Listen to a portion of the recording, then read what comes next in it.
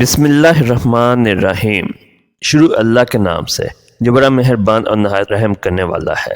السلام علیکم۔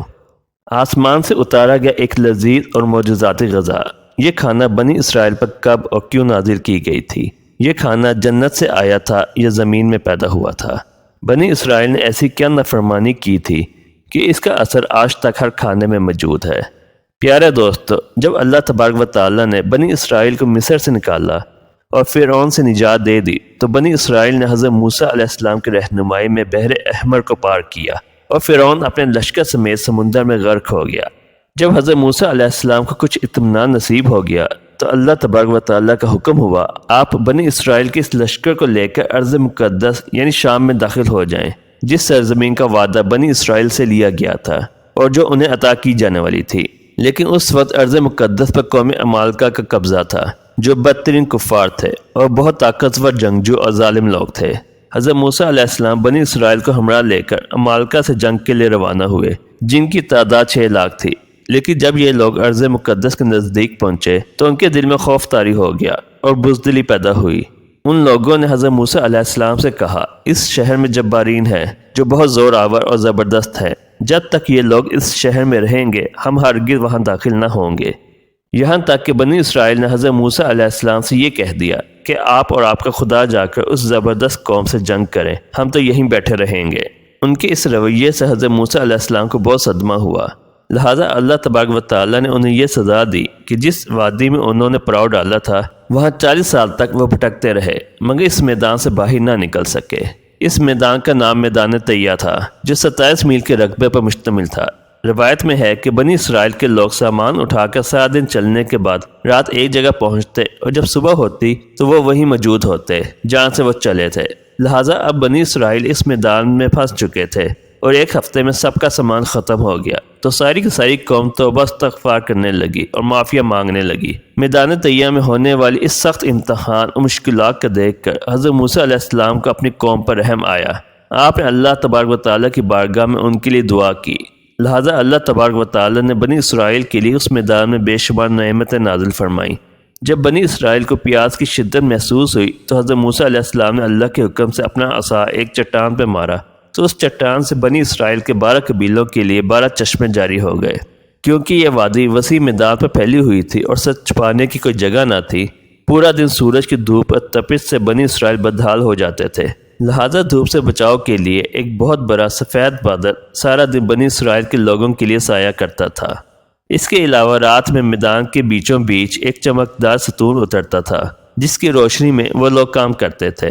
اس کے علاوہ بھی اللہ تبارک و تعالیٰ نے ان پر بہت سی عنایتیں کی تھی۔ انہی عنایتوں اور نعمتوں میں ایک نعمت من و سلوہ تھا۔ دراصل اللہ تبارک و تعالیٰ ان لوگوں کے کھانے کے لیے آسمان سے 2 طرح کی غذائیں اتاری تھیں، ایک کا نام من اور دوسرے کا نام سلوہ تھا۔ من شہد جیسی میٹھی غذا تھی۔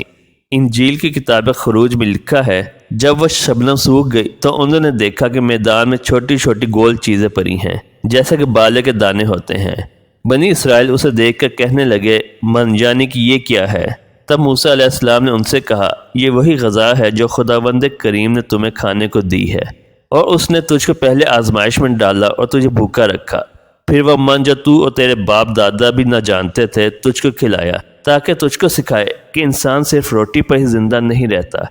من دراصل ایک شبنمی گوند تھا جس کا ذائقہ شہد جیسا تھا۔ یہ گوند وہاں کے پیڑ پودوں کے پتوں پر جمع ہو جاتا تھا اور بنی اسرائیل روز اسے صبح سویرے جمع کر کے کھا لیتے، جو ہر شخص کے لیے تقریباً 4 کلو اترتی تھی۔ جو شخص اس وقت سویا رہتا تھا وہ اس دن کی خوراک سے محروم رہتا تھا، اور سلوہ ایک قسم کا پرندہ تھا جو بٹیر کے جیسا تھا۔ جب شام کے وقت جنوب کی طرف سے ہوائیں چلتی تو ان پرندوں کے ہجوم بنی اسرائیل کے خیموں کے قریب آ کر بیٹھ جاتے تھے، لہٰذا وہ لوگ انہیں بآسانی پکڑ لیتے اور بھون کر کھایا کرتے تھے۔ من و سلوہ ایک ایسا کھانا تھا جو انتہائی آسانی سے ہضم ہو جاتا تھا، رنگ، خوشبو اور ذائقے میں بے مثال تھا۔ اس کے علاوہ بنی اسرائیل پر اللہ تبارک و تعالیٰ کی طرف سے یہ معجزہ ہوا کہ ان کے بال اور ناخن بڑے نہیں ہوتے تھے، نہ کپڑے پھٹتے، نہ ہی میلے ہوتے، اور جن بچوں کی پیدائش ہوتی ان کے جسم پر قدرتی لباس ہوتا جو جسم کے ساتھ ساتھ بڑا ہو جاتا تھا۔ اس طرح اس وادی طیہ میں بنی اسرائیل من و سلوہ اور ان چشموں کے سہارے ایک بہترین زندگی گزار رہے تھے۔ حضرت موسیٰ علیہ السلام کا یہ حکم تھا کہ روزانہ تم لوگ من و سلوہ کو کھا لیا کرو اور کل کے لیے ہرگز اس کا ذخیرہ نہ کرنا۔ مگر بعض لوگوں کو یہ ڈر لگنے لگا کہ اگر کسی دن من و سلوہ نہ اترا تو ہم لوگ اس چٹیل میدان میں بھوک کے مر جائیں گے۔ چنانچہ ان لوگوں نے من و سلوہ میں سے کچھ چھپا کر کل کے لیے رکھ لیا۔ لہذا نبی کے نافرمانی کرنے پر ایسی نحوست پھیل گئی کہ جو کچھ لوگوں نے کل کے لیے جمع کیا تھا وہ سب سڑ گیا اور آئندہ کے لیے اس کا اترنا بھی بند ہو گیا۔ لہذا احادیث مبارکہ میں رسول اکرم صلی اللہ علیہ وآلہ وسلم نے ارشاد فرمایا ہے کہ بنی اسرائیل نہ ہوتے تو نہ کھانا کبھی خراب ہوتا نہ گوشت سڑتا۔ کھانے کا خراب ہونا اور گوشت کا سڑنا اسی تاریخ سے شروع ہوا، ورنہ اس سے پہلے نہ کھانا بگڑتا تھا نہ ہی گوشت سڑتا تھا۔ ناظرین، ان تمام عطاؤں اور انعامات کا ذکر اللہ رب العزت نے قرآن مجید میں بڑی تفصیل کے ساتھ بیان فرمایا اور فرمایا کہ جب تم نے موسیٰ سے کہا اے موسیٰ ہم سے ایک ہی قسم کے کھانے پر ہرگز صبر نہ ہو سکے گا، اس لیے اپنے رب سے دعا کیجئے کہ وہ ہمیں زمین کی پیداوار ساگ، تکری، گیہوں، مسور اور پیاز دے۔ آپ نے فرمایا کہ بہتر چیز کے بدلے ادنا چیز کیوں طلب کرتے ہو؟ اچھا شہر میں جاؤ، وہاں تمہاری چاہا کی یہ سب چیزیں ملیں گی۔ ان پر ذلت اور مسکینی ڈال دی گئی اور اللہ کا غضب لے کر وہ لوگ لوٹے۔ یہ اس لیے کہ وہ لوگ اللہ تعالیٰ کی آیتوں کے ساتھ کفر کرتے تھے اور نبیوں کو ناحق قتل کرتے تھے۔ یہ ان کی نافرمانیوں اور زیادتیوں کا نتیجہ تھا۔ پیارے دوستو، امید کرتا ہوں آپ کو یہ ویڈیو پسند آئی ہوگی۔ اگر آپ اس چینل پر نئے ہیں تو چینل کو سبسکرائب کر دیں اور بیل آئیکن کو پریس کر دیں۔